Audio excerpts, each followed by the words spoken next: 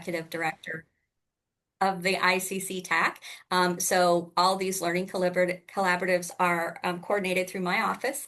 And for new people, if you have topics or questions or need our help in any way, just reach out to me. Amy is an incredibly popular speaker. We had her do a couple of events last year. And if you are from a community college, the Illinois Community College Board does a lot of training with Amy and her organization. And so I'm just going to turn it over to Amy. Take it away.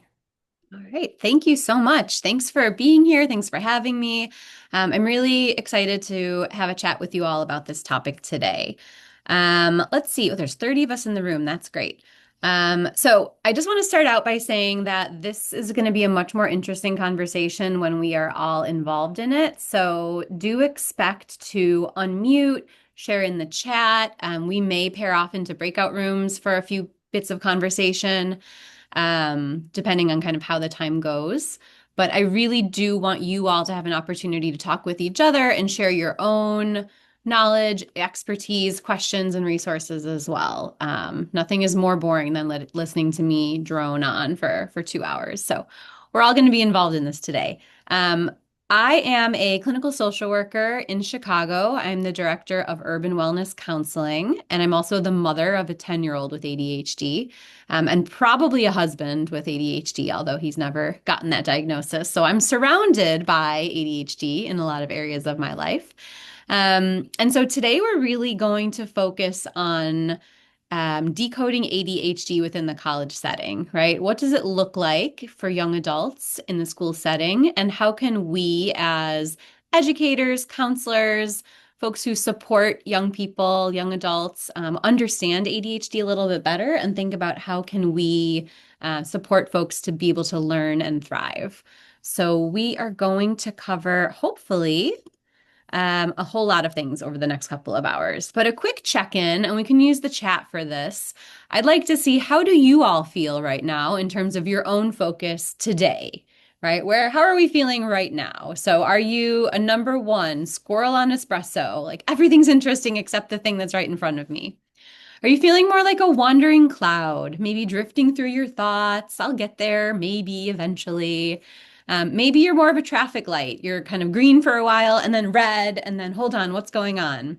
Do you feel like a laser pointer? You're on task with maybe a few detours here and there. Or are you feeling like a Zen monk with a planner, calm, centered, checking things off like a legend? So I'm just going to give us a couple of moments to put that into the chat so I can see where our attention is right now as a group. Okay, we've got a laser pointer, wandering cloud with espresso on top, laser pointer, stoplight, squirrel on espresso, wandering cloud, traffic light, laser pointer, wandering cloud, traffic light, squirrel on espresso. Okay, so we've got a lot of ones, twos, and threes, couple of fours. Okay, so we're primarily in the one, two, and three zone with a little bit of four. We've got nobody who's feeling calm centered and checking things off like a legend today. I am possibly slightly over caffeinated today, but that's nothing new for me. So I might get a little speedy with my words. I'm going to try to keep it nice and slow so you all can make sure to absorb all the things. I will also say I'll share all these slides with Anita and they will be able to share them out with you if you want them. So you don't need to take screenshots or anything, but you will get the slides after the fact.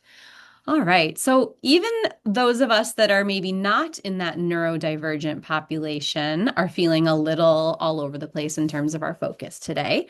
And it's important when we check in, whether it's at the start of a meeting or a class or a conversation, that depending on who you're working with, that maybe you get an awareness of where everyone's feeling in terms of their focus, right? So actually, just because it'd be helpful for me to know also, if you'll pop in the chat, what your role is, because I'd love to know, who do we have? Like, are you a professor or a counselor, or do you work in admin, or kind of what areas do we have in the room with us today? Health education coordinator. Okay, let's see. Counselor, instructor, advisor, student wellness, associate director, counselor, clinical case manager, counselor, mental health counseling, tons of counselors. This is great. Psychiatrist, admin, counselor, therapist. Therapist, provider, student self. Okay, so we've got a lot of counselors, a lot of therapists, a lot of folks that are in that clinical space, doctors. Okay, so ADHD as a concept is nothing new for most of us. It's things, something that you're probably dealing with relatively frequently in your role. And so it'll be great then today to think more about how can we work together to move things in the right direction. Okay, great. Oh, we have so many amazing people in the room today. Okay. All right, so given that, our roadmap for today, number one, we really want to think about ADHD beyond the stereotypes, especially for young adults. We're going to do some exercises around building empathy through experience and try to really have a better understanding of what your students might be dealing with, going through, and feeling. And then we're going to think about how can we support students in and beyond the classroom with some really practical applications. And some of these ideas are based on things that our clients and client families have shared with us over the years at Urban Wellness, as well as things that are kind of in the world in terms of research. So, starting out, you can use the chat or unmute, whatever you're comfortable with. When you hear the term ADHD, what comes to mind? What are the first things that pop in your head when you hear that term? And either chat or unmute, whatever works for you. What comes to mind? Let's see, we've got lots coming in. Okay, so inattentive and hyperactive,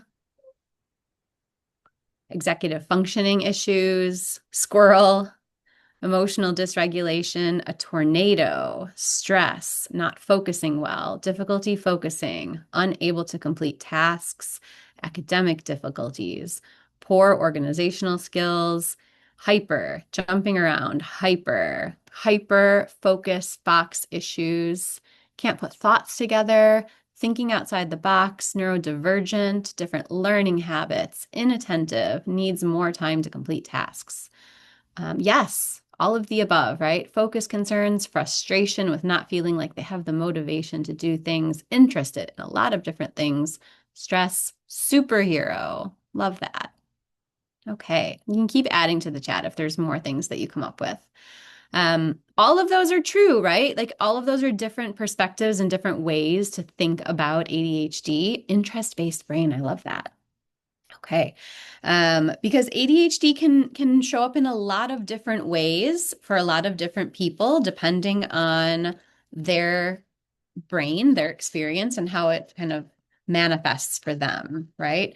So when we're thinking about ADHD, it's not a lack of attention necessarily. It really is a difference in how attention is regulated. Okay, so it's not that folks who are diagnosed with ADHD cannot pay attention because I can watch my 10-year-old son pay so much attention. And I think that kind of goes along with the person that said interest-based brain to the things that are interested or important to him and completely zone out when it's something that he's not into, right? So when we're thinking about how we regulate attention, that's really more of what we're focusing on when we're thinking about ADHD. So most people can pay attention when something is important, and people with ADHD can pay attention when something is interesting, urgent, or meaningful, especially to them, but really might struggle more when it's routine, abstract, boring, delayed, right? So their ability to pay attention is going to vary based on the context of what they're trying to focus on. So it's not really about trying harder. It really is understanding how the brain is prioritizing the input that it's getting, right? Sometimes a client once said to me that ADHD is like having a Ferrari engine with bicycle brakes, right? So their brain is really fast, really creative, really idea rich. There's a lot going on, but stopping or shifting gears or prioritizing or pacing can actually feel really difficult. So it's not about intelligence or even motivation sometimes. And someone in the chat did say lack of motivation can be something that they think of with ADHD. Sometimes that's true, but a lot of times it's not about intelligence or motivation. It's about regulation, right? So it can be all of the above. All of the things that you said can really be true. Some common symptoms of dealing with ADHD can be things like being inattentive, hyperactive or impulsive. So a lot of times in kiddos, we're going to see more of that hyperactivity and that movement. But as people get older and move into that young adult space, it might look more like impulsivity rather than the movement-based hyperactivity that we think of with kids who are diagnosed. Or it can be combined. So some people are both struggling with focus and inattention and also hyperactivity or impulsivity. Or hyperactivity in adults too can show up more in like tapping or moving their legs or bouncing or more like internally fidgeting rather than the sort of running around that you might think is sort of like the typical ADHD. Um, so when we're thinking about ADHD, really understanding that it's a neurodevelopmental condition, it's not a flaw, right? There's not something that we need to fix in folks that are diagnosed with ADHD. It's more about understanding how their brains work, how they best succeed and thrive, and how to put the supports in place to help them to do that. So we're impacting regulation, executive functioning, which someone said before, really, sometimes struggles with planning out things in advance and impulse control. And then ADHD also often coexists with the diagnosis of anxiety or depression or learning differences, right? And so, from a therapy point of view, when we're diagnosing someone with anxiety or depression who also has ADHD, it can be hard to untangle sometimes whether that anxiety or depression is something that's occurring because of the struggles that folks are having due to their ADHD, whether it's a separate but co-occurring situation, right? It's hard to untangle sometimes what's happening with these different diagnoses. And ADHD can absolutely impact academic success. It can impact relationships. It can impact emotional well-being. Because especially if someone's not understanding what the person with ADHD is experiencing or where they're coming from, it can be really challenging to hold people accountable, to navigate expectations, to navigate those relationships. Yeah, so we're going to focus on regulation today rather than ability. All right, quick quiz. You can pop your answers in the chat as I read them out, but I'm guessing that you guys all are going to be really brilliant on this one based on the fact that we have so many counselors in the room. So, true or false, ADHD only affects children? This one's an easy start. False, exactly. ADHD actually in recent years has been diagnosed more and more in the adult population. So we have lots of adults and young adults, and you may see this a lot in your student population, whether it's younger students that are just out of high school or returning students, that a lot of times people are being diagnosed much later in life now with ADHD. And that has its own set of challenges, right? There can be a lot of kind of grief and processing that goes along with getting a diagnosis later in life and going, oh, okay, well, that explains a lot. And I understand why I've been feeling this way all this time. But it can also be really difficult thinking, like, wow, if I would have known this sooner or would have been able to get support sooner, I might have been able to avoid a lot of really difficult periods in my life, right? So ADHD is a lifelong condition, and lots of folks are being impacted or diagnosed later on. But it does change over the course of time, right? So what ADHD looks like in children might look very different in young adults, middle age, and older adults. Okay, true or false? Students with ADHD need to try harder. Right, false. These are kind of easy, but they're good talking points for us to think about, right?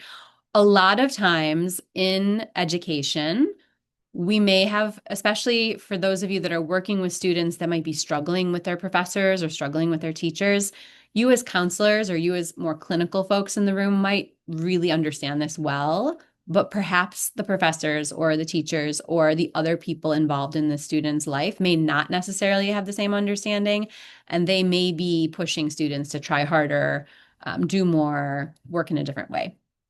Okay, ADHD looks the same for everyone, true or false?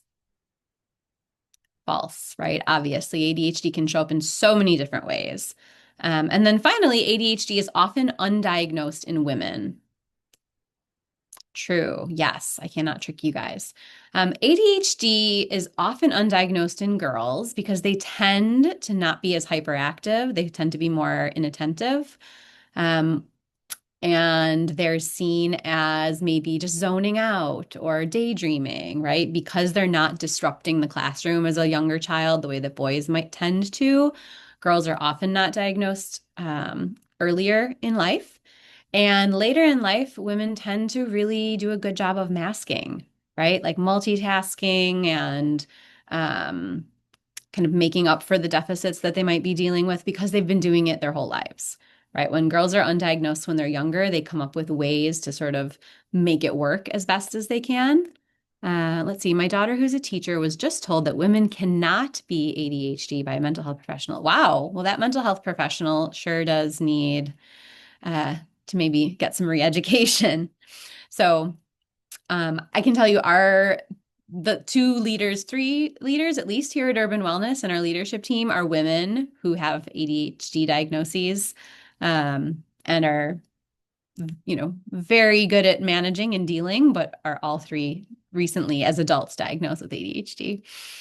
Yeah, it looks very different in women, right? So it tends to be undiagnosed because the ways that it presents can be very different from in men. But yeah, I'm very curious about why that mental health professional would say that. She failed her screening, which was two questions. Interesting. Yeah. Well, and I think that leads to the point too, where like a lot of screenings and a lot of criteria for mental health conditions were created based on men, white middle class men, all of these. So as we start thinking about what does diagnosis and treatment and support look like for women, for marginalized populations, for people of color, for neurodivergent folks, the screenings and the tools that were developed over the years sometimes aren't really accurate. So that's really interesting. Thanks for sharing that. Okay.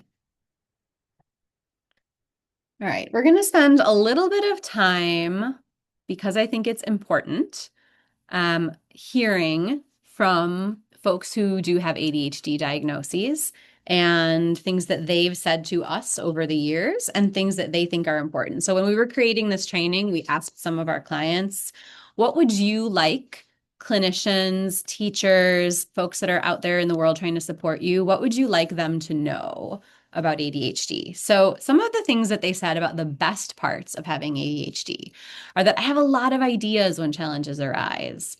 They said, I usually have multiple ways of looking at a problem and can lock in on tasks when needed. They say, on the flip side, the way that I am able to zone in on something that interests me or captures my attention once I start is really cool. So, something that's really important as a clinician, as a professor, as a teacher, an educator, an administrative person is to understand that ADHD is not necessarily a deficit or a disability or something that we need to. Now, we can use disability services for support, but it's not a bad thing. It's not all negative, and that some people who have an ADHD diagnosis really do see it as a superpower in some ways. And someone in the chat said superhero. So folks with ADHD want us to know that there are some really cool parts of having this difference in how their brains work. Also, there can be really hard parts of ADHD, but what they wanted us to know about the hard parts, and there's a lot of words on the screen, but I am going to read them because I think it's important to hear. Hard parts are annoying people by changing the topic of conversation without realizing it, especially when they're discussing something that's really important to them. Executive functioning tasks in the real world, juggling multiple things at once. I get them done, but my brain and body suffer because of the stress I'm under when there are many tasks at once. Shifting from one task to another before I feel it's perfectly done. And honestly, for me, it was thinking that I was lazy for not being able to focus or start a task for work. I felt like something was wrong with me and that all the work I had done to get my degree was a waste, and that the people who had supported me along the way would be disappointed to see where I was because of my lack of ability to follow through with things. Right? So people with ADHD are often very hyper aware of where they might be falling down, right? Very aware of annoying people or disappointing people or letting people down, right? So then when we're thinking about those co-occurring diagnoses of anxiety or depression, right? When your ADHD is impacting your ability to follow through, or you feel like you're annoying your friends or your family or your coworkers, or that you're disappointing people, that can really have a negative impact on your mental health. What is it like to be in your job with ADHD? So these were some adult clients. I have a team with type A people to support my difficulty staying on task. I am able to hold a lot of different pieces of information and access them, but I have to have backup systems for scheduling and logistics to avoid careless errors. So lots of times, people with ADHD are really good at doing lots of things at the same time, being creative, thinking outside the box, coming up with solutions, but they need some structure and support to get those foundational pieces finished, right? And someone else said, as a therapist with ADHD, having reminders, notes, and keeping all my digital and personal content in one place or very organized helps me. It can also be a really great way to understand my clients, have patience for them, or make recommendations, right? So systems are a really important strategy when folks are trying to manage their ADHD. And then last slide about what people wish that we knew. One is when I change topics or make a change from something we previously agreed on, it's not a reflection of how I value you or our previous time. I'm always thinking multiple thoughts at once. Another person said, I wish people knew that people with ADHD are not all the same. We all think, process, engage, and handle our lives differently. We're not all hyperactive. We have our own way of making things make sense. And we also need support in ways that aren't always the most obvious. So it's great to ask how you can support someone with ADHD. And finally, pop culture has really ruined our collective perception of ADHD. For the longest time, I remember thinking of it as the kid that was constantly bouncing off the walls and got in trouble at school. Though ADHD can look like an excess of energy, and some of the behaviors caused by ADHD can be disruptive in classroom environments, it's a super reductive illustration. In women, especially, it can be hard to detect because of our ability to mask it as high achieving behaviors.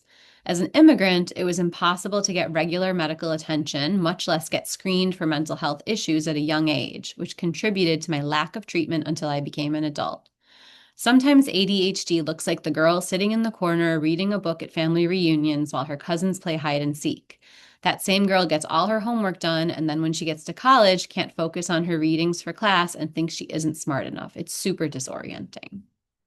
Right. I think it's just really important and helpful to hear from folks about their own experience because you can see from these excerpts that everyone's having a very different experience of what it's like to be a person with ADHD. But sort of the thread through all of it is that people really would love folks who support them to know that they are trying, that they are not intentionally trying to disappoint or screw things up, and it's not a lack of desire or motivation. It really is a struggle. So lots of interesting pieces to untangle there. Okay, I am going to be done talking to you for a few minutes now. We're going to watch a video. I'm hoping this works. Called A Day in the Life with ADHD. So, this was a short film created by a young adult with ADHD. His family helped him to create this. And I'll tell you, it's a little disorienting, but it's meant to give you a very bird's eye view of what it's like to go through the day as a young adult with ADHD. So, let's see if I can make sure you guys Taxi is feeling unlucky. get through the Taxi, ad. open door to new TurboTax. There we go. Okay. Can you guys hear that okay?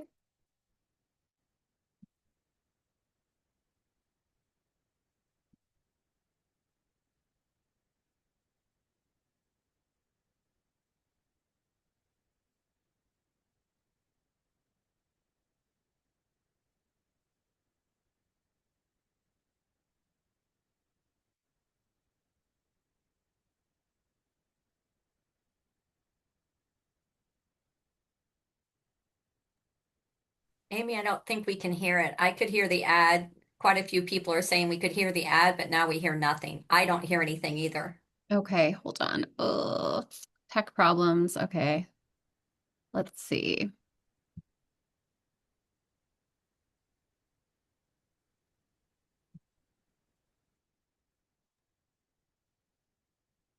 Hmm.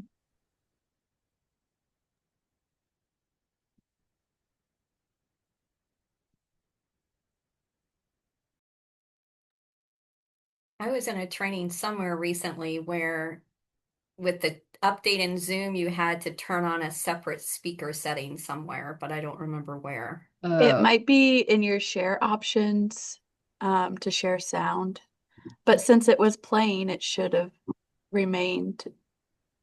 yeah, that was, so you did hear the ad sound, so that was Mhm. possible. Okay. Hmm. Let's see.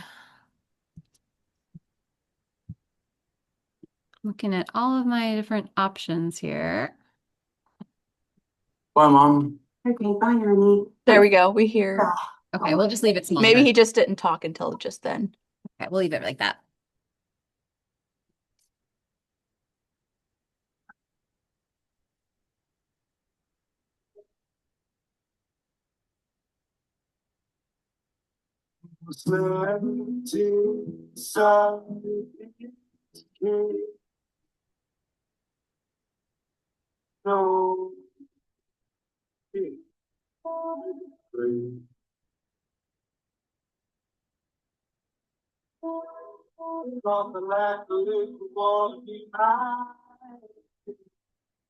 Okay, so combining different shapes is easy.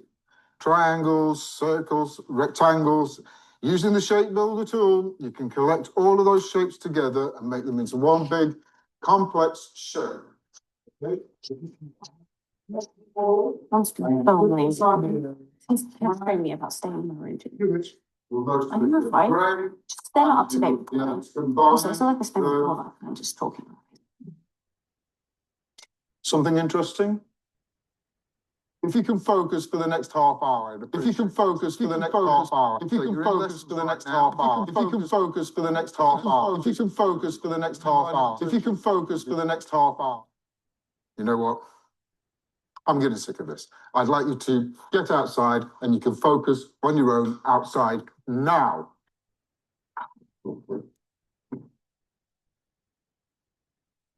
Like I was saying, combining shapes, triangles, circles, rectangles. Well, what? You ever think about getting a hearing aid? Sorry, I was thinking about it earlier. Forget about it. It's not your fault. So basketball? Basketball? I swear one day we're gonna have a coherent conversation. Sorry, I didn't get much sleep and oh, no worries. I was just asking if you want to play basketball later. Sure.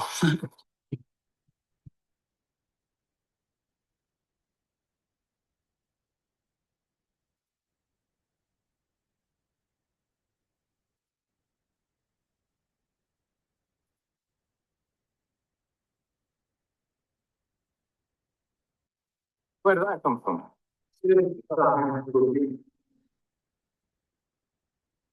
What I asked you to do is get the milk. That's it. It's not difficult to remember, but you didn't. Now I've got to get up tomorrow morning early and go and get some. You know I hate doing that. It's not the first time either. Maybe might be the last. I know school's stressful and you're tired. It's just try to focus and listen to me, that's all. I am trying, Mum. You've said that before, honey. Stop fiddling with that glass. Listen to me. It helps. Just concentrate on what I'm saying. Can you do that? It's not like I'm doing it on purpose. I know. I know. I mean, with school and everything, it's just hard to. You're doing it again. Just stop fiddling and listen. I'm trying. No, you're not. Just stop fidgeting and listen to what I'm saying. That's all. It's not that easy for me. You just don't. You just don't. Where are you going? Come back. Where are you going? Don't forget to get some milk.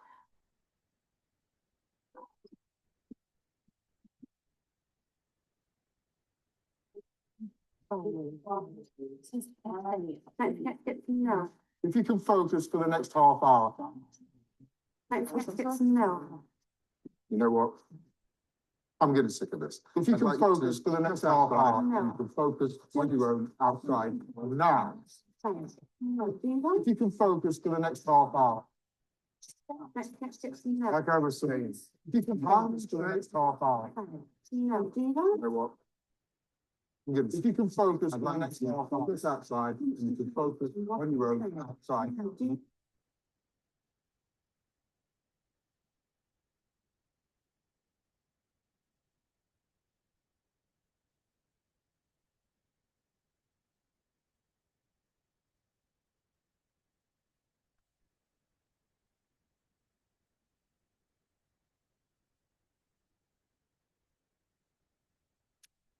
Okay.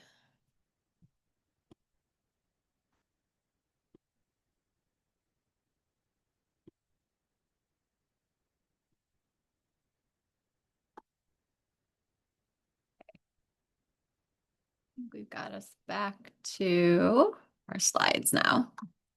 Oh, there. All right. What was that like? I think we'll unmute and have a little chat about this one. What was it like to watch and listen to that experience um, of them trying to get through their day?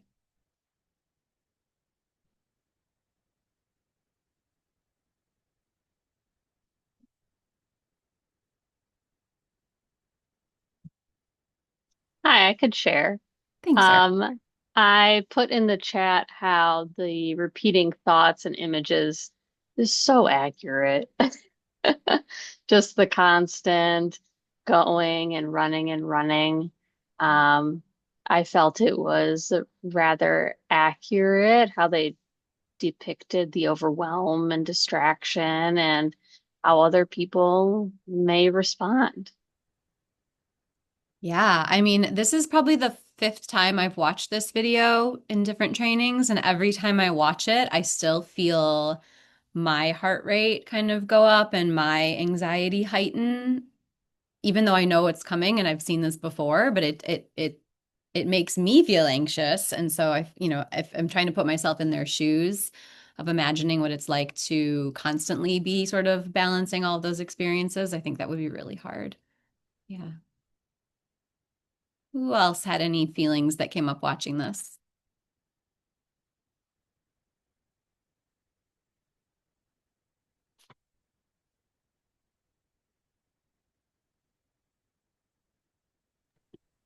So I was returning the emails of all the people who struggled to get in. Thank you all for coming.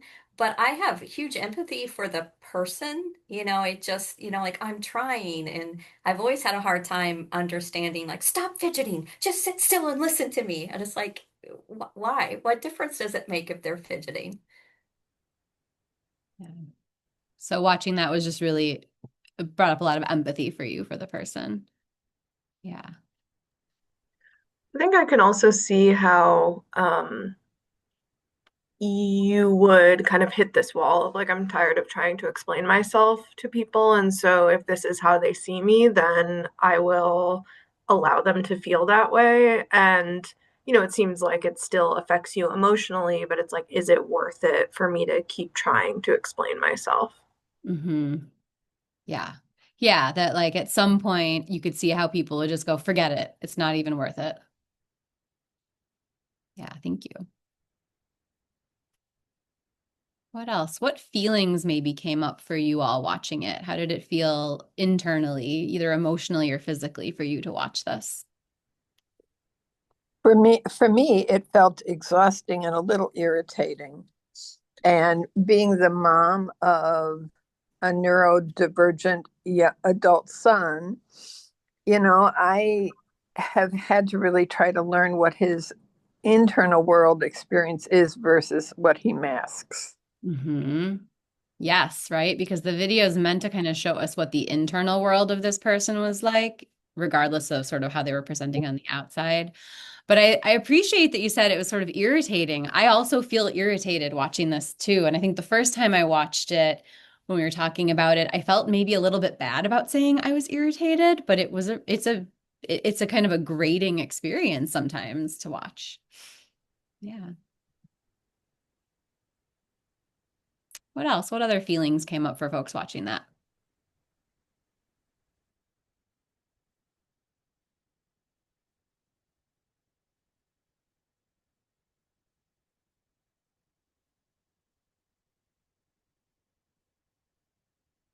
Let's see. In the chat, we've got this immersive experience adds to the ADHD experience with other things on the sides. The repeating thoughts and images is so accurate, overwhelming for the individual, painful, stressful, and exhausting. Absolutely. It's hard to relate, and the video is helpful to relate. The repetitive thoughts and ruminations of the negative comments at the end of the day were very relatable as a person with ADHD. I would feel a lack of control if I had ADHD. Yeah. Yeah, I think painful, stressful, exhausting.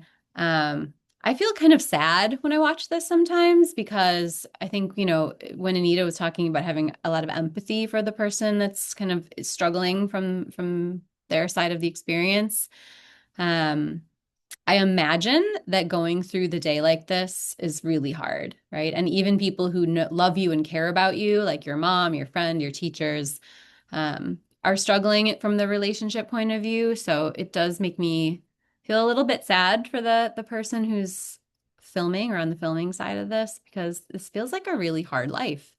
And so pairing this up with the fact that people are also really proud of some of their abilities and strengths because of ADHD just makes it feel very complicated, right? As a counselor, as a support person, as an administrator, an educator, trying to hold both of these things for folks that like they do have a lot of strengths and abilities that come with their neurodivergence. And also it can feel really exhausting and really overwhelming to be in that space. So I think it's just as helpful as I've been able to get so far in terms of trying to be able to put yourself in the shoes of someone who's going through the day, trying to manage all of these things happening in their heads at the same time. And then I guess with that, thinking about how might this relate to your students' experience. So when you're thinking about the students that you either see for support in the counseling center or in the classroom or in as administrative staff at the universities or the colleges, how do you think your students might relate to this experience? Is this something that they've ever talked about, something that they've ever shared with you? We can do chat or unmute.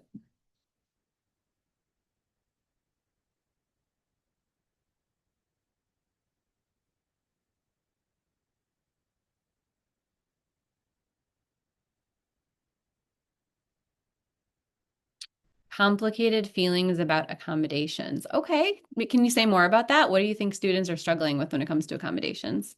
Yeah, I think we offer diagnostic testing in our wellness center, and so I think some students, I get the sense that like there's this feeling of like if I can get tested and I can get an answer, then that would, there would be some relief in knowing what was going on. And the sense of like I would have a way to get the accommodations that I need.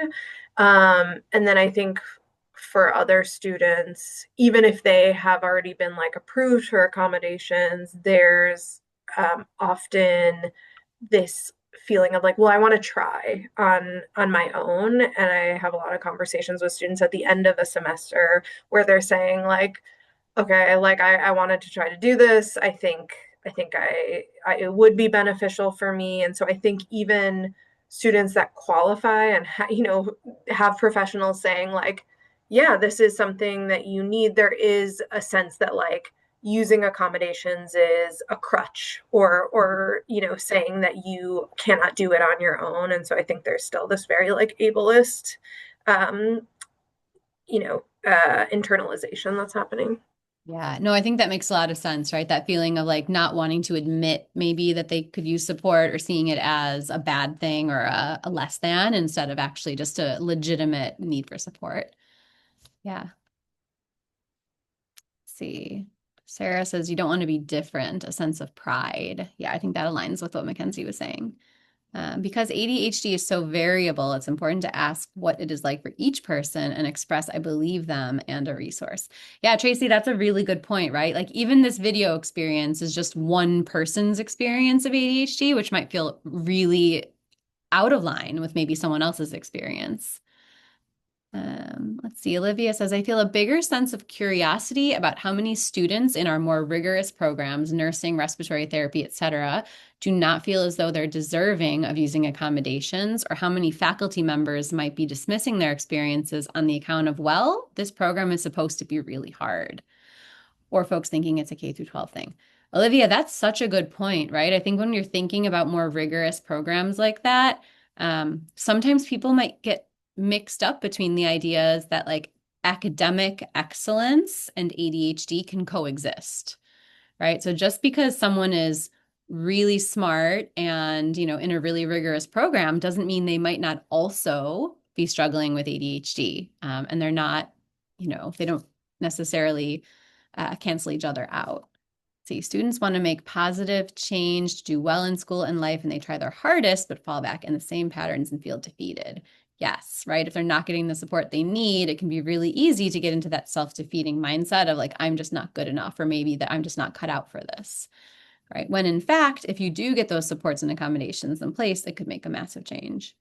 And Olivia, I'm thinking too about, like you're saying, the faculty members saying like, well, this program is supposed to be hard, really maybe not being able to differentiate between what's just academic difficulty or needing to study more, or what is maybe something that could really use an accommodation, right? It should be hard, but only in certain ways. Yeah, all really good points. Okay. We will move on in interest of time to try to keep us on track here. Okay, so strengths and struggles. I would really like to, actually, we have so many of us in the room now. I think we'll put ourselves into a couple of triads for you guys to talk about this amongst yourselves, to give you a chance to really dive into this a little bit more. Anita or Kim, it doesn't look like I have the ability to put people in breakouts on my toolbar. Would you be able to put the breakout rooms up and put 3 or 4 people in a room? Yeah, you want me to do it, Anita? Yes, please. And how much time do you want, Amy? Let's do about, let's see, if we have 3 to 4 people in a room, let's do about 6 minutes. We'll give everyone a couple of minutes to share. So I would love for you guys to just talk about what are the challenges that your students face at your university? What are the things that you've been seeing the most? And what commonalities might you find? And then what strengths, actually, let's do 8 minutes just in case we have 4 people in a room. And then also really brainstorming what are the strengths that they bring, because I really want us to focus today on the fact that there's a duality here of struggles and strengths. So what are the biggest challenges that your students are facing, and what are the biggest strengths that they're bringing?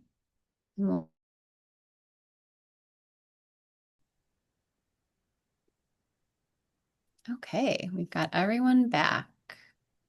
Okay, welcome back. Oh, my screen just changed. Can you all still see my slides? No. No.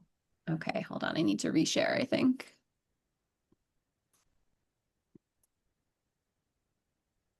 That was fun. Okay, the re-entry. Let's see. Share. There we go. No, again. Okay, welcome back, everyone. We made it back. I should have told you all to assign a team captain for your breakout room. So now you're going to have to do it on the fly. But I would love to hear from the groups. What are some of the things that came up in your group? Either shared experiences or things that were kind of in common across your different locations and roles, or anything that was going to be interesting or different in terms of challenges and strengths. Let's hear from at least a few of our groups. I won't call on you. I'll let you. I'll jump in because so I'm at a community college, and in my breakout group, it was a 4-year institution, and the solidarity was strong. Okay, great. But I think a lot of what we were able to share is how it's beyond the students may be sharing with us a lot of their struggles and their challenges and things along those lines, but it's how is the institution supporting in that or not supporting in that? And how there may be concerns such as budget constraints and things along those lines, but also that disconnect between the boots on the ground and what's being heard and shared upwards, and then the top down of what's being heard and what's being supported from that. And I think that that's a bigger conversation that may need to be had, maybe outside of here. But I thought that was really awesome that we were able to kind of share that lived experience that Yeah. So it sounds like that both of you had a similar experience of that, like what you are hearing on the ground as a counselor or a teacher or someone who's, in a supportive role isn't matching up necessarily with the systems and policies that are in place. Okay. beautifully reworded. Yes. Okay. Yeah. And you know what? We see that so much, right? I was just teaching a class last night at Lurie Children's Hospital in Chicago for Women's National Women's Physicians Day, I think it's called. But it's interesting to see the same issues across different types of industries and roles that like the problems that are happening on the day to day with our students, with our interns, with our patients and clients are often really complicated and really kind of urgent in the moment. And then the systems and policies that we have in place are so slow to change, slow to move, slow to respond. And so we're trying to put out fires in the moment with what's happening, but we don't have the framework or the backup or the foundation or the resources or the funding to really make the changes that would be impactful on a bigger scale. Yeah. Yeah. Thank you for sharing. All right. What else came up in your pairs or groups? We talked about like how social or like structural inequity plays a pretty big role in terms of who's getting diagnosed, who is getting early intervention if possible, and also along with that, right, like folks that are not getting as many resources or getting connected to the right resources have had to be really adaptable and find their own ways Mm-hmm. of navigating. And then also a challenge that I brought up was like, I feel more comfortable helping students with like how, ADHD will impact their academic performance. Sometimes socially feels a little difficult because, sometimes it feels like, yeah, you could be transparent with someone about like, yeah, this is what I'm experiencing, but that, understandably, like some folks don't want to self-disclose that. So that's one that I struggle with a little bit. Yeah, so that idea that there's still a lot of social stigma that comes with disclosing, especially as a young adult, maybe. Yeah, and that it's hard for people to decide how to share that, who to share that with, right? And on the flip side, if you can see that people are actually really negatively impacted in their relationships when people don't understand what they're going through, it's like, there's a potential negative outcome if you do disclose, but there's also a negative outcome of people not understanding what's going on for you. Yeah. Yeah. What else came up? There, to piggyback off of that, some things that our group talked about were some of our students kind of feeling to that point like maybe socially isolated, where maybe some of their peers don't resonate with them. They kind of feel, maybe I've heard like the words like I feel weird, or I feel like a lone wolf, or I feel like, what I'm experiencing, no one understands. So they think I'm different than them or unique than them in a way that's not accepted. And then as a result, at times, due to symptoms of ADHD, it's really hard to kind of break those students out of that rigidness or that belief of like, that's just what it is. I'm unable to make friends. This is something that's challenging for me. And finding communities in areas where they feel maybe accepted or that they feel valued can be challenging if they go into it with this idea that they feel different or folks are making them feel different. Yeah. Yeah, that's such a good point, right? And the fact that like within the university system or the college system, you may be able to put in academic supports, kind of like what Mackenzie was saying, it can be easier to have some academic supports in place. But when what they're really struggling with or also struggling with is that sense of isolation or lack of connection, that can feel maybe like a little bit outside of our wheelhouse or outside of our purview when it comes to helping, right? But that negative self-talk is sort of that reinforcing cycle of like, I'm a lone wolf, nobody likes me, nobody gets me, I don't fit in. And all of a sudden that starts to be sort of a self-perpetuating experience. Yeah. Thank you for sharing that. Maybe one or two more. What else did you guys come up with in your groups? Or any strengths that you ended up noticing, things that your students really excel at? Or if we want to stick to challenges, that's okay too. I wanted to share that something that we notice at our community college is that our students who have self-disclosed ADHD, whether that's like in a counseling session or just at other events on campus, they tend to be our ones that are really active and involved on a community college campus. So we get to see them. We know like, hey, Chloe, like, how are you doing? We can't wait to see you at some of our events, or we know that you're running for a student government position, but you're also in the fashion club or the Dungeons and Dragons club. And so I think it's a really great representation to have students who are comfortable in disclosing their both their challenges and their successes, and having them be a really comfortable, confident face on campus for other students to learn from, because we know that sometimes it's a little bit more nerve-wracking for them to maybe approach a counselor or their professor or somebody in the access services department about their concerns, with fear that they may dismiss some of those strengths as well. Okay, cool. So in your experience, the young people who are comfortable self-disclosing and are very open about their ADHD diagnosis tend to also be ones who are really active and involved and showing up in lots of different ways on campus. And then that gives other folks maybe who might not be as comfortable a model or, a version of what they could be doing. Do any of you guys have any sort of peer support programs on campus or opportunities for peers to lead conversations, discussions, or sort of be a peer buddy when it comes to neurodivergence or ADHD? We do, and that was part of the reason why I sought that out as a strength.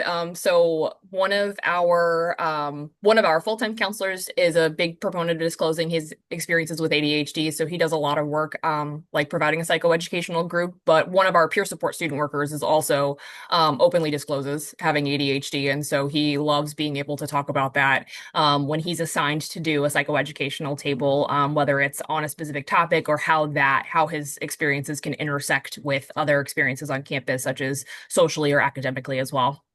That sounds really cool. What school are you at, Olivia? I'm at Illinois Central College. Okay. Um, some folks in the chat are saying not yet in terms of having peer support. So if you don't mind maybe popping your email in the chat or your info, because it sounds like you guys are doing something really cool on campus, and that might be something that other folks on the call might want to connect with you about in terms of like how does it work and how do we get more peer support going? Because, based on what you're saying and my experience as a counselor as well, that like the more normalization we can have of folks with ADHD thriving and doing really well and getting engaged in all these activities, like you said, kids are much more, and young people are much more likely to maybe have that conversation with a peer rather than go to a counselor or someone sort of in a position of power. So I'm sure that there's other folks on the call that would love to know more about what you guys are doing. Yeah. Oh, that's okay that you're not the main coordinator. Just if people maybe want to find out a little bit more, that would be so cool. Okay. Anybody else that had any sort of ideas around strengths that your students tend to show up with who are diagnosed with ADHD or any other challenges that you wanted to share with the group before we move on?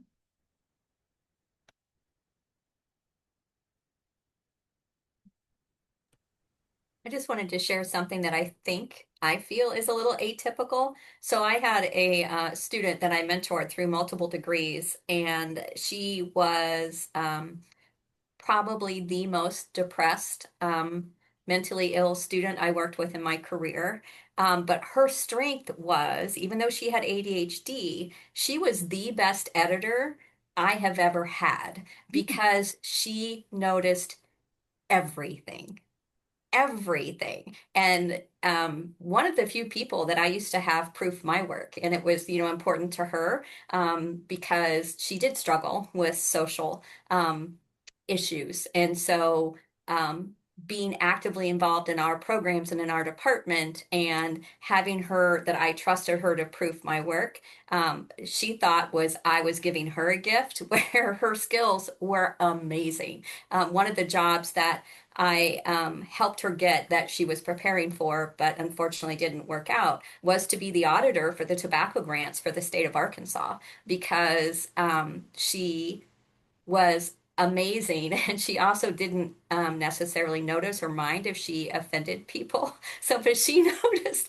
every single detail. I mean, everything, every comma, every space, every word choice. And I don't think people always attribute that with ADHD. So I just wanted to mention, I mean, what a perfect person to do an auditing, a national state auditing of large programs around the state. So that's what we were grooming for her, but unfortunately, other things got in the way. But I just, sometimes their strengths are not the stereotypical expectations. Hmm. Yeah, thank you for sharing that. I mean, that's a really good example of why we need to be really flexible in our own thinking when it comes to neurodivergent students, and that, the stereotypical expectations that we have for students with ADHD sometimes are really off base, right? And so being able to individualize our approach to every student and really understand how they're impacted, what challenges they're facing, and what strengths they're bringing, even though it is a time-consuming way to work, it's really, really important because everyone is going to come with different, kind of a different constellation of what they need in terms of support and what they're bringing to the table. Yeah, if you have anything else you want to add to the conversation, please feel free to add it in the chat as we keep going. So I think we covered a lot of these and what you guys came out of your groups in, but some of the common challenges that higher education students tend to face: time blindness and missed deadlines. So that kind of comes with that executive functioning challenge, right? And so time blindness might mean that when they are involved in something that they're really excited about or really interested in, they can lose track of time and focus on it for hours, right? All of a sudden, they could be well into the night because they've gone down a rabbit hole on a topic that's really important to them. And it can also mean missed deadlines because they may not have written it down, or they may have forgotten, or they may have gotten involved in something else. And so when our students are either really hyper focused on one thing or feeling kind of scattered and flustered, the time blindness and the deadlines can really be an impact. So it's something that we may need to help them set some structure around. Another common challenge can be procrastination, perfectionism, or both. And a lot of times, procrastination comes from perfectionism. So sometimes our clients here will talk about how if they have a big project or something that they really, or a paper or something that they need to do, they'll procrastinate not because they don't want to do it, but because the idea of doing it entirely and perfectly is so overwhelming and exhausting that even getting started feels impossible, right? So it's not necessarily pushing it off because they don't want to, but the anxiety or the sense of like this is a massive mountain to climb can get in the way of getting started.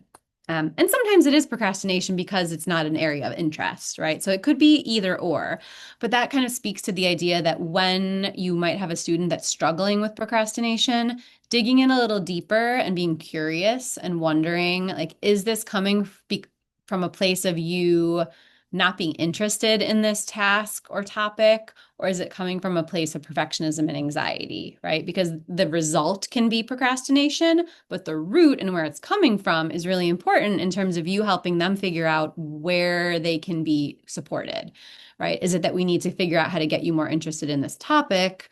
Or is it that we need to help you break it apart into smaller chunks because the perfectionism of the whole is getting in the way? We can also see a lot of emotional dysregulation. So this is something that we definitely see in younger, children and younger folks with ADHD that can then maybe show up similarly in young adulthood. But emotional dysregulation in a kiddo might look like a temper tantrum or throwing things or kind of that more behavioral issue that you might see. Or when we're talking about it showing up differently in girls, it could be people withdrawing or being really quiet.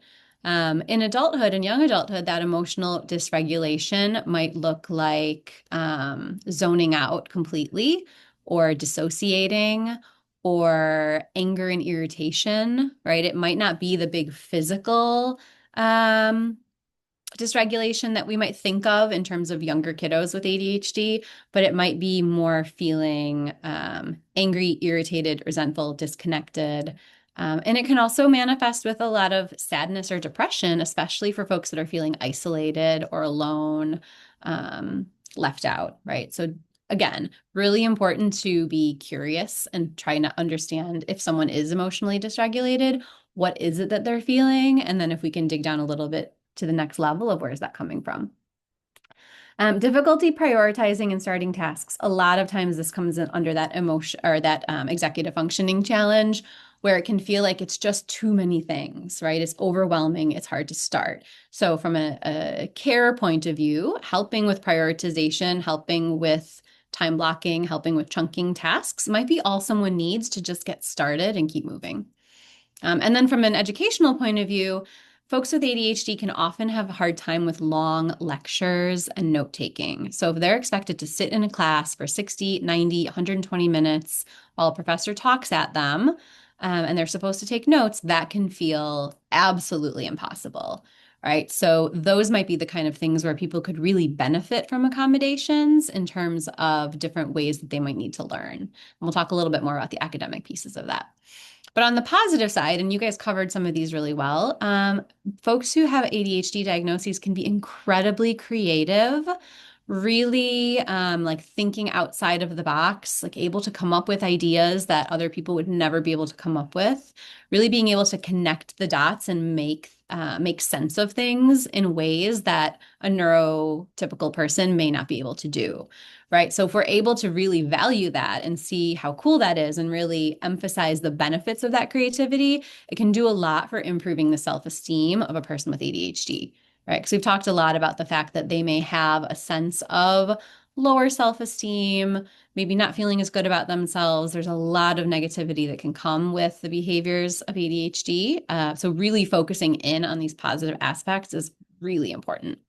Another sort of superpower is being able to focus on things for long periods of time when you're interested. So I know for my son, he watches an anime show called Naruto, and I think there are 900 episodes. And I am not exaggerating when I tell you that he could explain to me every episode in detail for hours if I would let him, right? We've gotten through a couple of hours of long car rides before where he's like, "Can I tell you everything about Naruto?" And he does, right? His ability to really zero in on something that he's interested in is amazing to me. I'm wondering if any of you guys, is that something that you see with your students or any examples of things that your students can really focus in on when they're interested?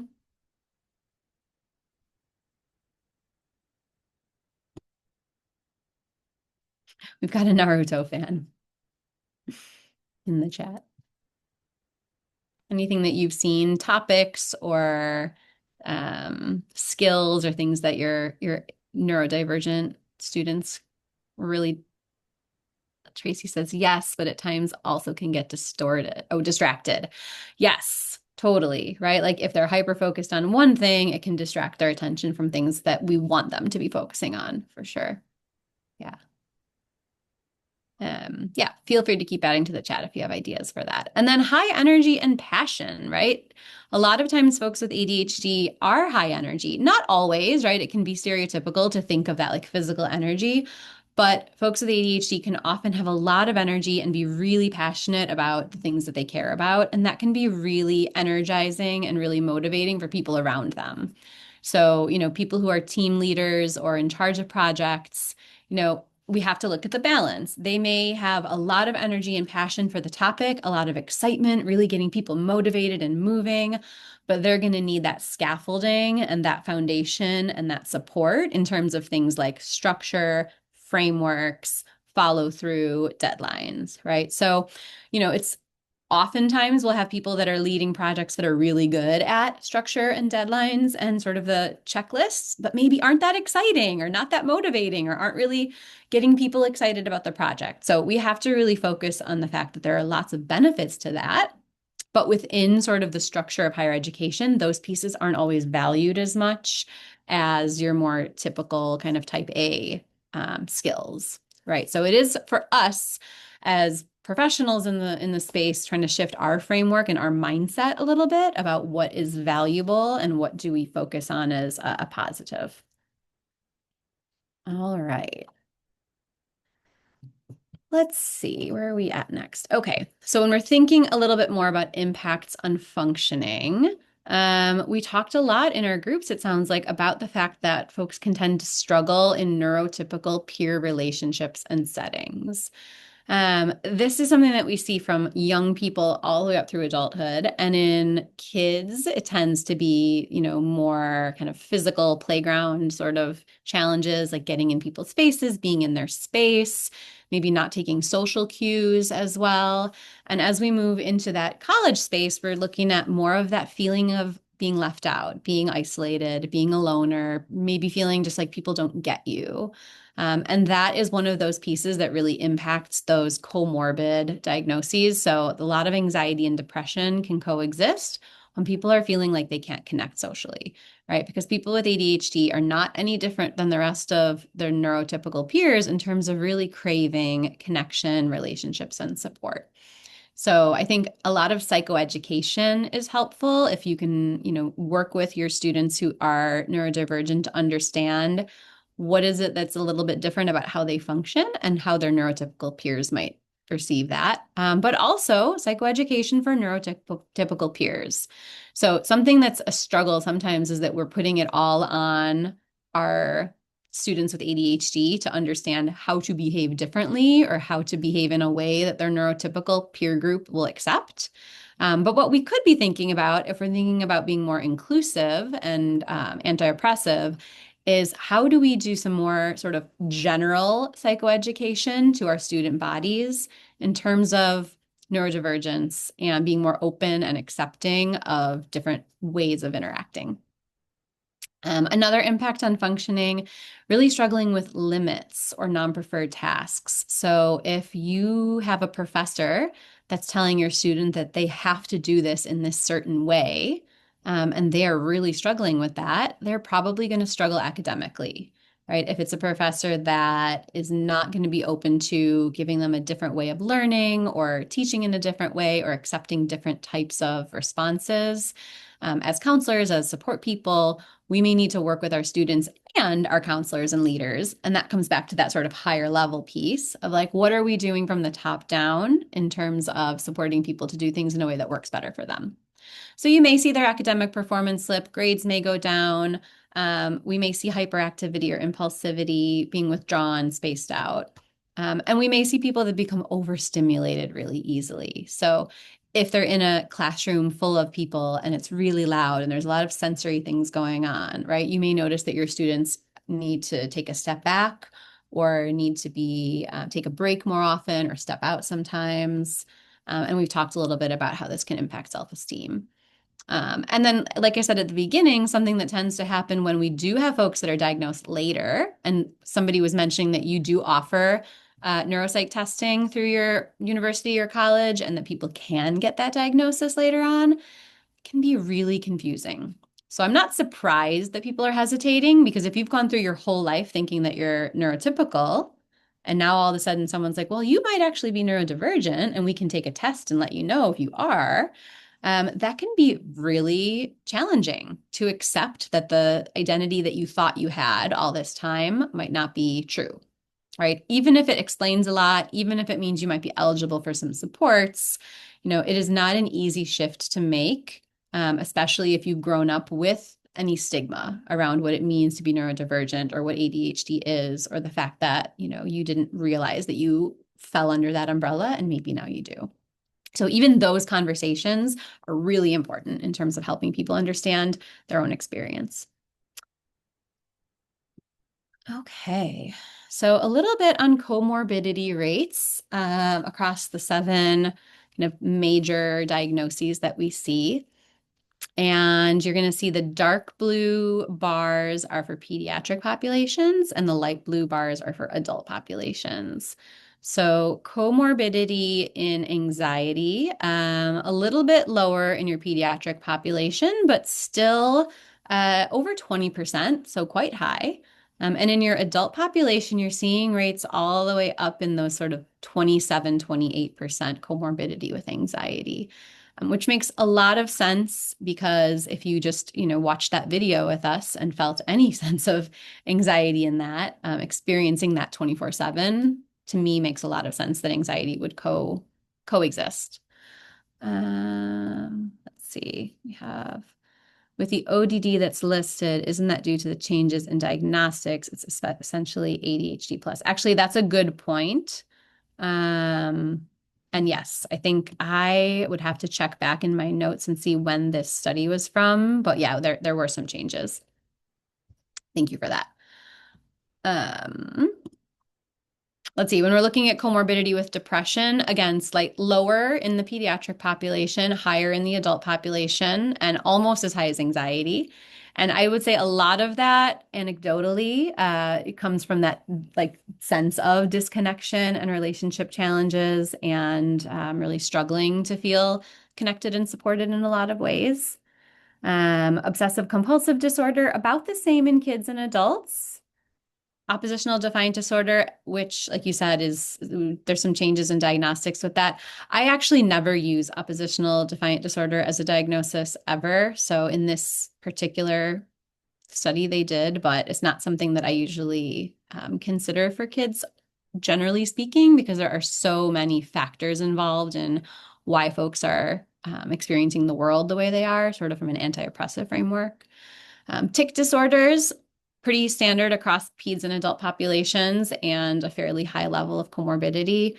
Same with autism. And then substance use disorder, again, lower in pediatric populations and higher in adults. But a lot of times you'll see in the adult population using substances for kind of self-medicating, right? So especially adults who haven't been diagnosed earlier on or weren't able to access like Adderall or other medications that would help them, oftentimes are self-medicating with other substances to try to regulate their nervous systems, sometimes successfully for a while, right? So substance use has a purpose and a function, and sometimes it works until it doesn't. So those are all things that you will tend to see more of when you have someone who's diagnosed with ADHD. All right. So what do we do, right? How can we support our students with ADHD using a strengths-based approach?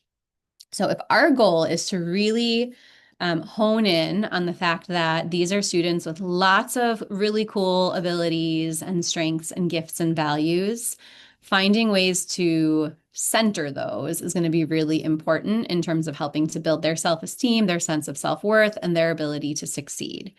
These students have already been well aware for most of their lives that they struggle in certain areas, right? So while our professors or people that we work with that may not have the awareness that we do, may be coming down really hard on them and thinking in terms of those things like, well, this is just a rigorous program. It's just hard. It's supposed to be hard. We really need to be that voice and advocate for our students in terms of how we can help build their strengths. And the number one way to do that is really leveraging interests and passions, right? So when we can help students to come at their work from a place of finding their own enjoyment and excitement about something, they're going to have such a much better chance of succeeding. So supporting choice in assignments, like what type of assignment they're going to do, how they're going to show their knowledge, allowing topic flexibility as much as possible, or connecting academic work to their real world interests. So some of these things are things that we really need the input and the buy-in from our professors.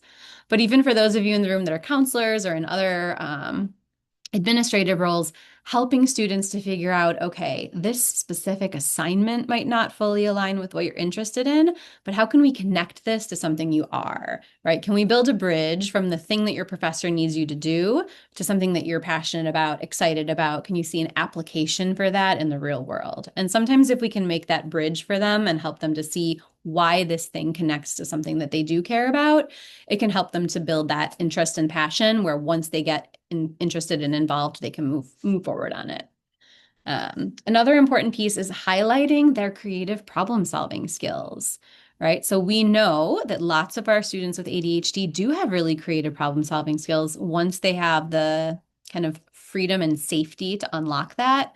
So when we can offer projects that are more open-ended, value kind of different ways to get to a solution, right? Keeping it out of that rigid, you have to do it this way, and recognizing that innovation is really of value, even if it doesn't follow the exact path. So, for example, when I see my daughter's math homework in middle school, and they want her to do the math problem using this specific strategy that makes absolutely no sense to me whatsoever, because I also don't understand new math.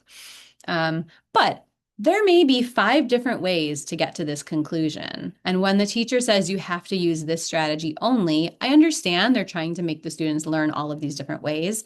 But it, for someone who might be neurodivergent, can be really confusing and unnecessary to follow this awkward path when there might be this other way with a shortcut or a side cut or a different way of thinking that will still get them to the right conclusion.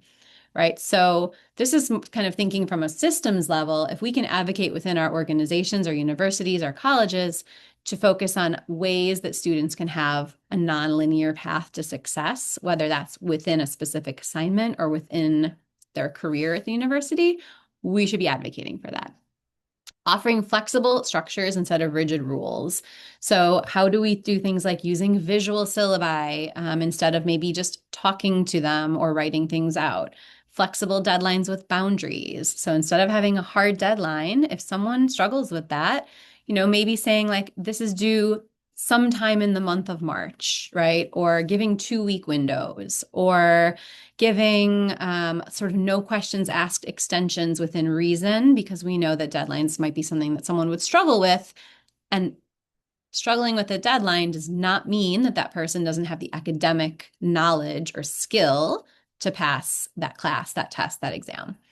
And then thinking about different modes of participation and assessment. So does it have to be a paper? Does it have to be a Scantron test? Does it have to be a group project, right? How can we think about different ways that our students can demonstrate their learning? And then finally, focusing on strengths before struggles. So I am not going to say that we have to only be strengths-based and positive all the time, because it's also important to support the struggles, to acknowledge the struggles, and to give our students space to talk about the hard stuff, right? If we're all constantly just trying to put a silver lining on things, that can actually feel really invalidating and dismissive when people are genuinely struggling. So it is not about ignoring the fact that struggles exist or that things are hard. And we also need to be aware of holding space for that when the students need it. It just doesn't need to be only about the struggle, right? So balancing out that space of, I am here to hear what's going, well for you. I'm here to hold space for the things that are hard. Both of them can be true at the same time. And that's really helping students with their own sort of mental flexibility, that things can be hard and good at once, and we can work through it together, right? So using positive reinforcement, celebrating small wins. This is so important for all of us, but especially for folks with ADHD.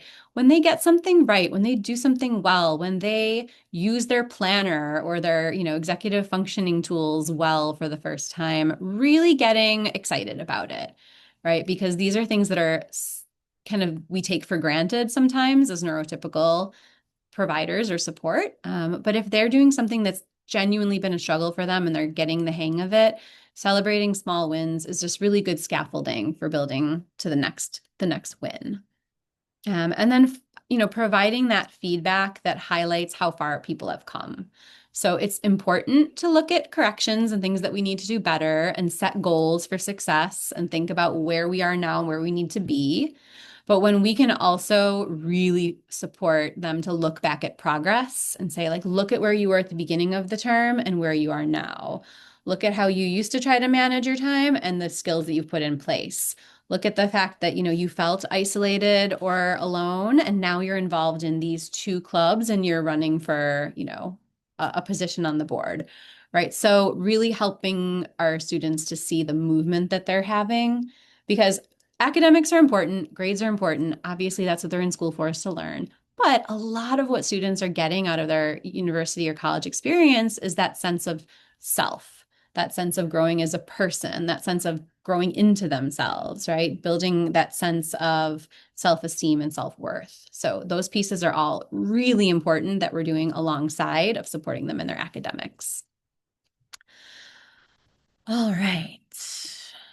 So last thing we're going to get to today is really thinking about support strategies by roles. And so, generally speaking, we've got people from kind of different areas of the university in these. I think we're pretty counselor heavy today. But we're going to still cover all the roles because I would love for you that are in that counseling area to be able to take this back to your organizations and think about how might we be able to make some changes in different kind of different parts of the organization.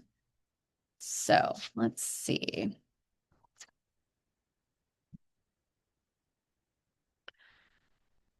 I think we'll just pop them all up there for now. Okay. So we're thinking in terms of faculty, classroom, and academics. We're thinking of counseling, mental health, and support. And then we're thinking of admin staff and other sort of university or college-wide parts of the organization. And then sort of the college culture and the experience that kids are having and young adults are having across campus, right? So when we're thinking about in the classroom, besides what's on the screen, maybe you guys can pop into the chat. What are things that you would love to see improved when it comes to classroom support or like academic support for your students? What do you think would be helpful, better, game-changing? What things have you asked for? What things have you seen work well? What things would you love to try?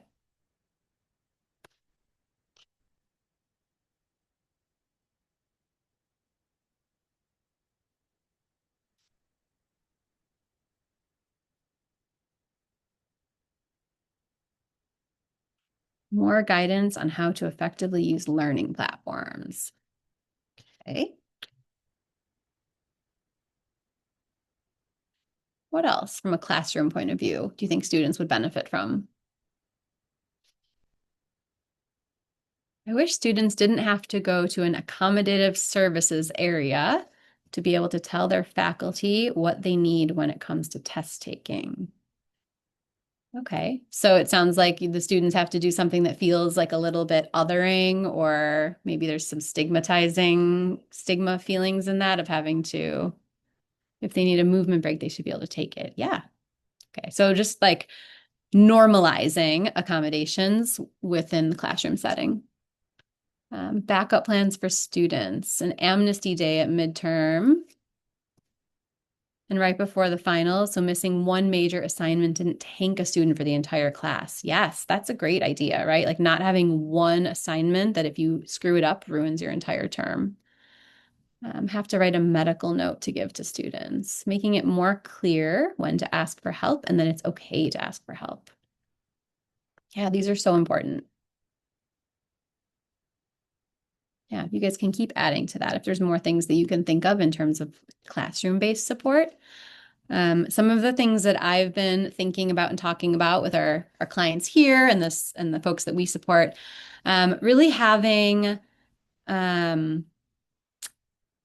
structure, but not rigidity, right? So when we're thinking about classrooms, when we're thinking about how our professors and our teachers can support our students better and the ways that you can maybe take this back to your campuses and spread the word and ask for these things.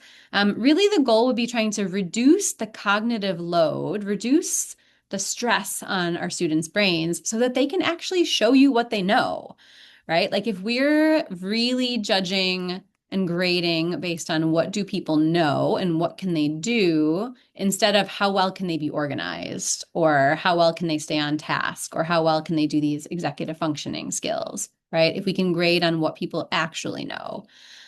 So not rigidity, but structure. So using predictable syllabi, so having sort of the same flow every week, sorry, I just want to see what Anita said there. The realization that you can have rigor and still allow adaptations. Yes, exactly. It's not about doing less. It's about doing things in a way that makes sense.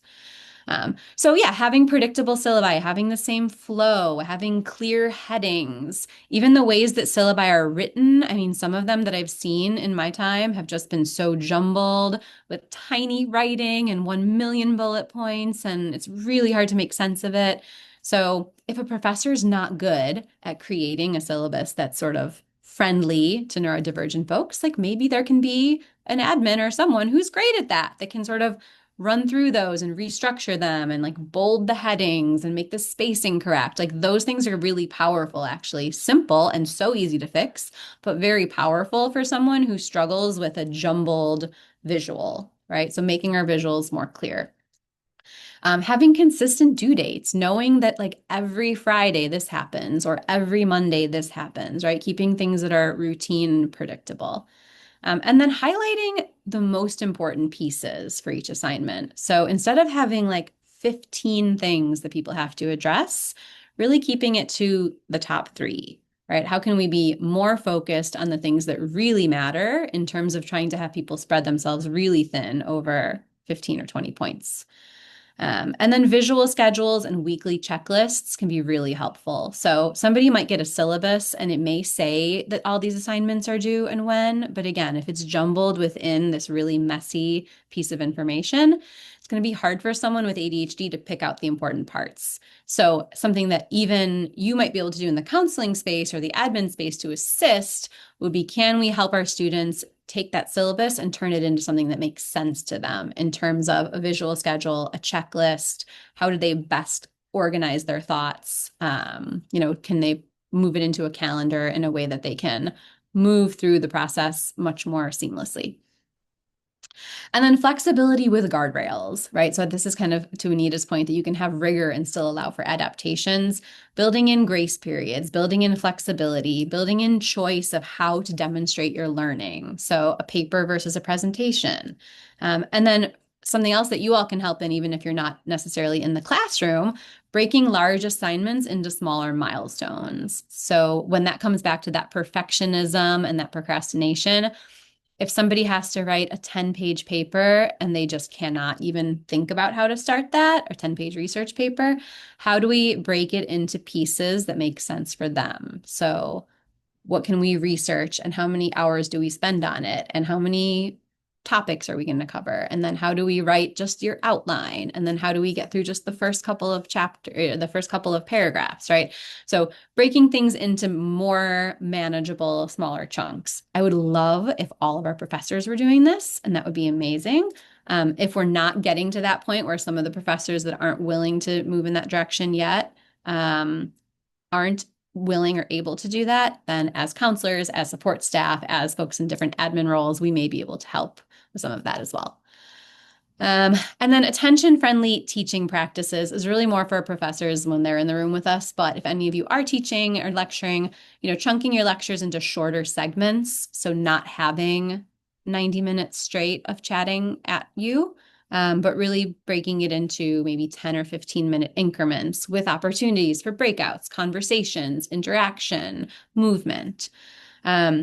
Somebody in the chat said that they wish they could just have movement breaks if they needed. I would argue that we should give everyone movement breaks, right? It shouldn't be an accommodation that just neurodivergent folks can get a movement break if they need one, but why not just put movement breaks into class every 15 minutes?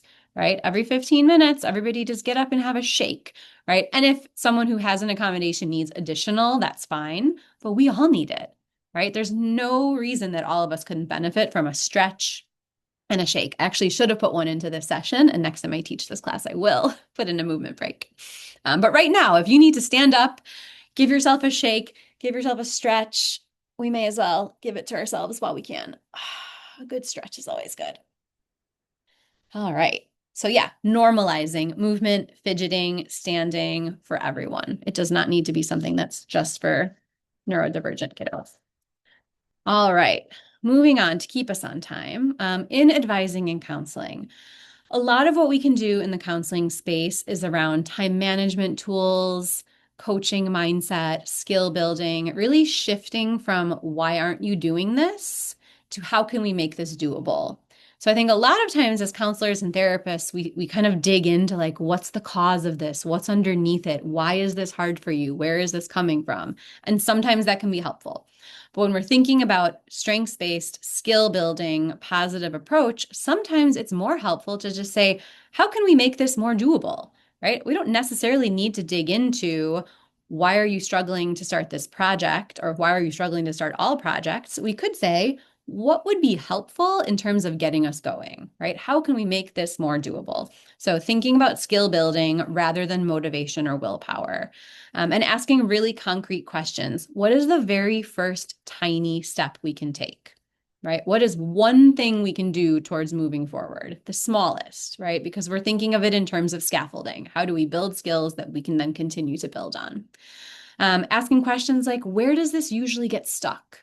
Right? Where do we usually hit the brick wall? Right? What part of this process tends to be the most difficult? And things like, what has worked even a little bit in the past?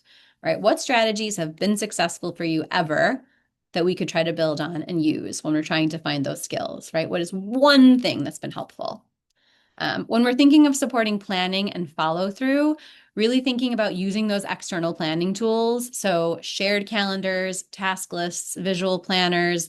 I'm an old school, like handwritten paper calendar kind of girl, so I love my planner, but really helping students try out different things that could work for them. I know Anita at the beginning of the session was talking about some different apps that she was able to get some feedback on that are good resources. So I know younger generation folks love a good app and love to use technology in a way that I just have not caught on to yet.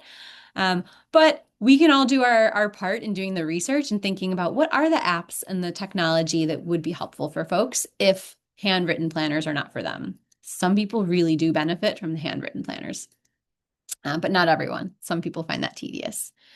Helping students time map their assignments backward from their due dates. So that's something that I do even when I'm creating a training, right? If I know that I have a 2-hour time block and I know the point that I want to get to by the end of this 2 hours, when I started planning for this session, I looked at, okay, where am I at the end of 2 hours?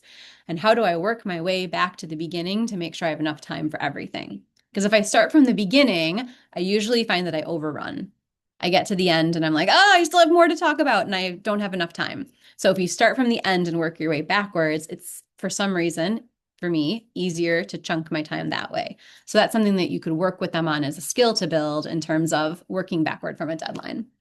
And then encouraging body doubling. A lot of neurodivergent students and students with ADHD work better when they have someone else in the room, right? If you haven't heard the term body doubling, working alongside someone either virtually or in person. So it doesn't mean co-working like in an interactive way necessarily. It just means like, hey, let's meet at the library and both sit and get this done, right? Our goal is we're both going to power through this reading, or getting on a Zoom call together or a Google Meet or a FaceTime and just reading or working together. And that can be really helpful for a lot of folks.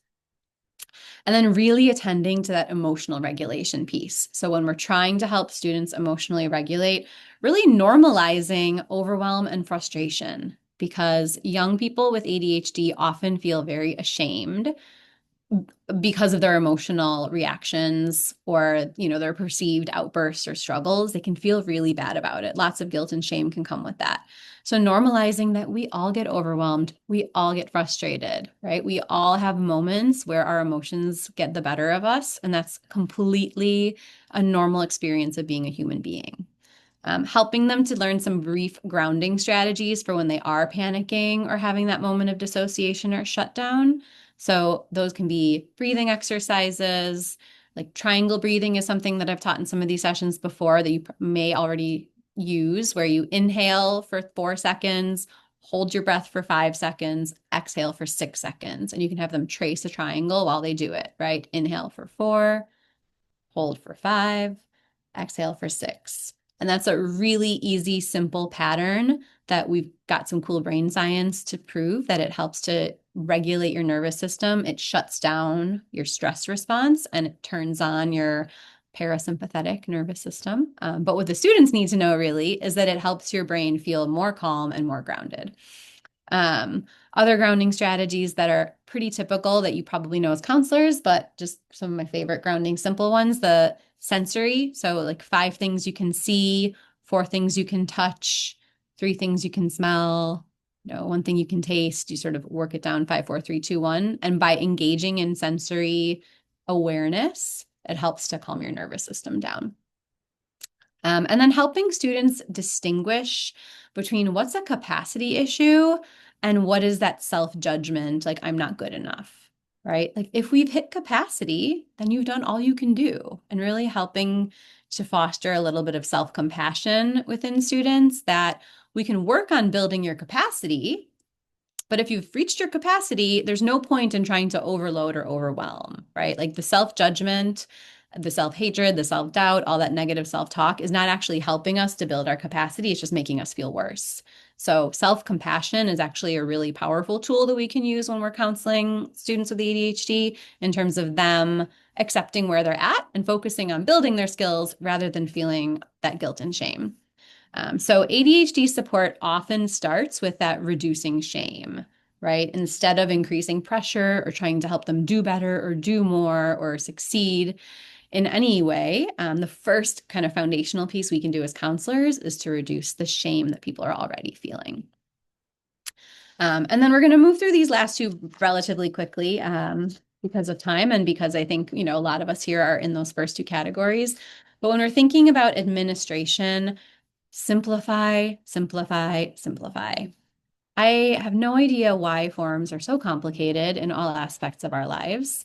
But as someone who is neurotypical and has a master's degree and has navigated all kinds of immigration and other systems in my life, I am still absolutely like turned in circles by the forms that I have to fill out sometimes to apply for a course, right? A CEU or a counseling course or anything like that. So I think universities and colleges are a little bit overly complicated sometimes.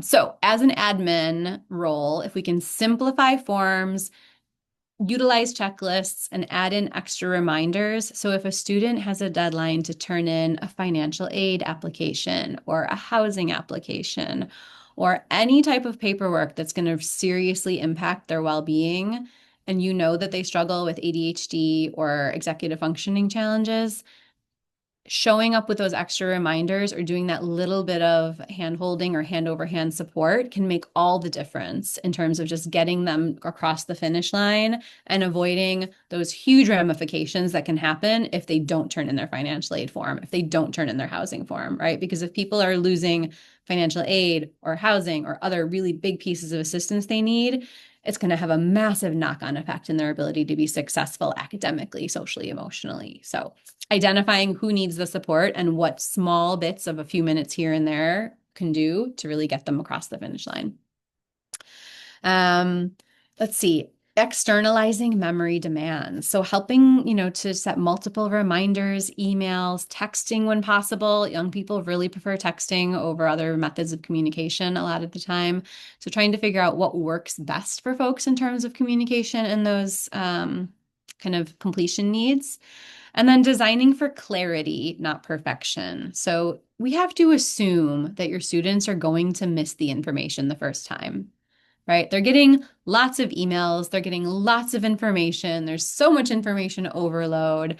And so this happened to me recently that I got an email allegedly, apparently, from this Chicago school district about a testing deadline for my daughter. Well, that went to my spam. I didn't know I was meant to look for it. I didn't search for it. And I only found out after the deadline that I had missed it. And when I went to my school principal to say, hey, why didn't anyone at the school let parents know that this testing deadline was coming? And he said, well, the district sent out an email. And I was so upset because I thought, well, I missed it. And they did send out an email. So, like, looking back, was the email sent? Yes. Was it in hundreds of other emails from the district that all go to my spam folder because that's just where all the mass emails go in Google? Also, yes.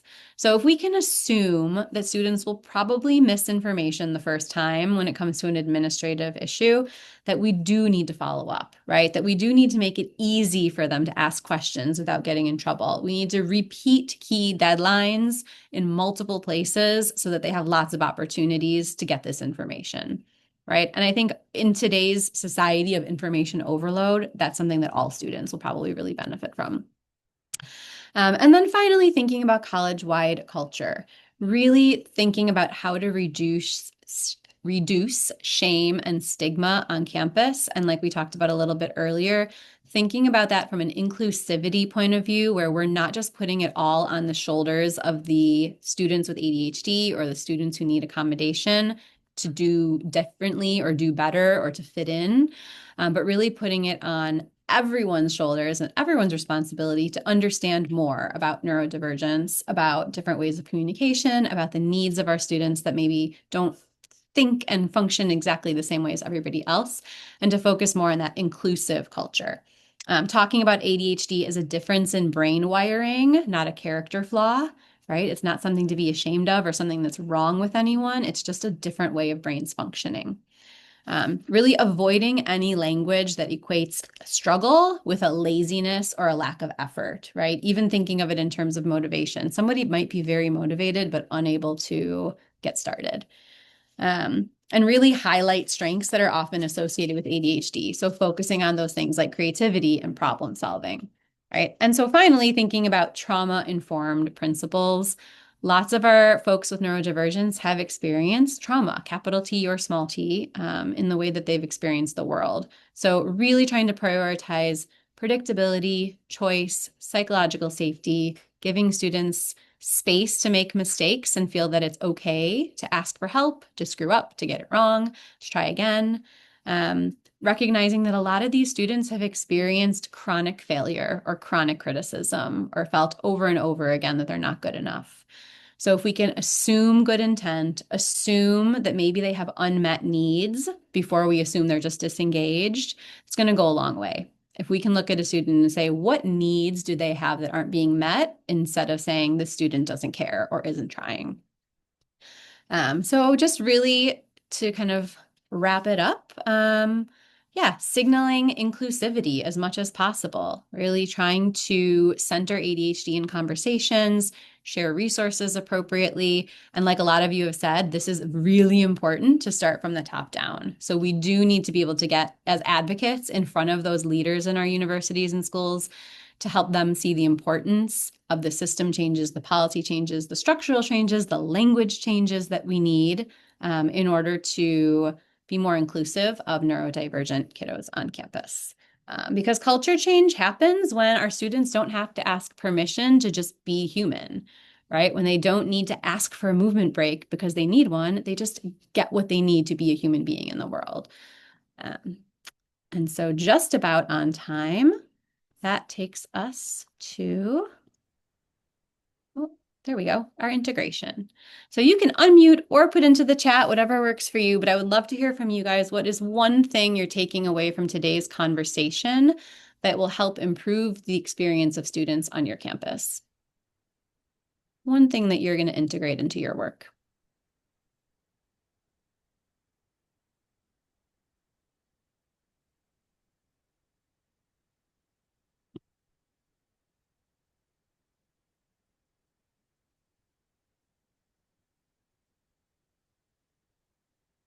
Being able to provide faculty and staff with helpful strategies to better meet students where they're at. Great, thank you. Yeah, I think anything that we can bring back from these conversations that has a ripple effect on campus is really powerful. Strengths-based support, focusing on strengths, the value of choice in completing assignments. Yeah, love to see so many strengths-based answers.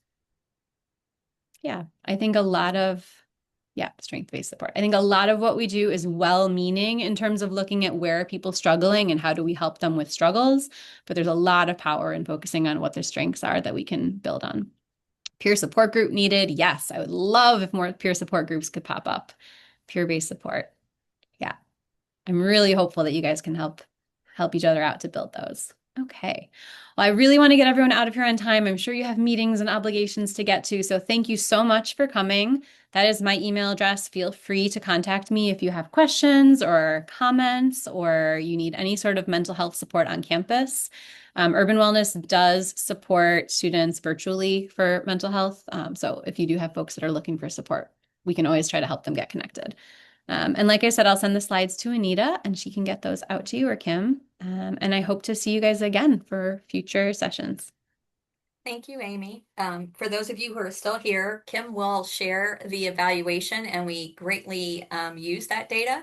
So please fill out the evaluation. For all of our new people, we do have a peer support toolkit that Brittany worked on, and it is excellent. It just took a ridiculous amount of time to get it through 3 systems worth of it, evaluation and proofing. So there's a couple of links that we have to fix, and then that will be published on our website and shared with you all soon. So for those of you who don't have a peer support program, that's going to be probably out by the end of the month. So happy to share Oh, that and with then a everyone. plug for my colleague Julia is going to be teaching the April learning collaboration, and her session is going to be on supporting LGBTQ plus students on campus. And she's amazing and fantastic, and you're going to love her. So if you have the opportunity to go to that session, I highly recommend it.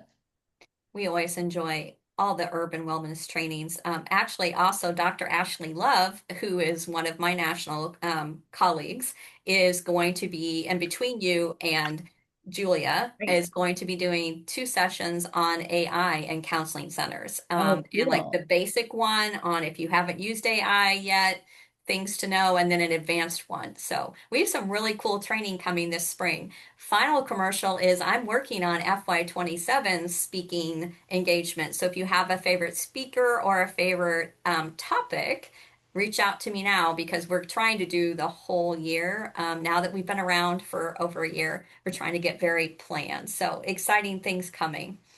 Thank you, Amy. Thank you all. And have a fantastic rest of the February. Thanks, everyone.